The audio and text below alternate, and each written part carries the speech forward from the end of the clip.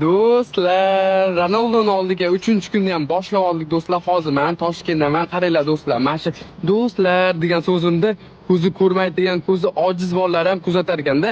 Hozir meni chaqirishyapti, ko'zi ojizlar jamiyatidan bir marta shu nedigdi ovozini, do'stlar so'zini hayotda eshitaylik deyapti. Nima deysizlar do'stlar? Borib shunaqa yordam qilib, ozgina suhbatlashib kelaymi?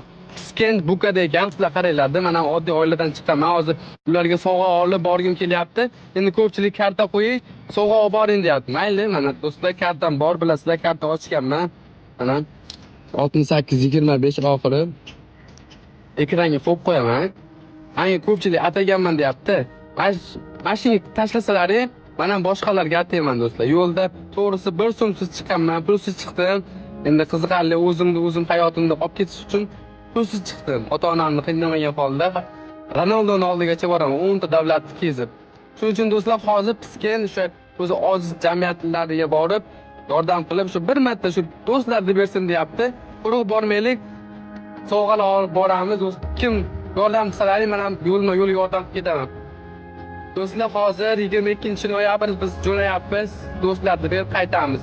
Keyin bu yog'i Ronaldoning oldiga viloyat yurib, Hindistonga uchib ketaman do'stlar. Yerlikni qaranglar. Qancha deb o'ylaysiz?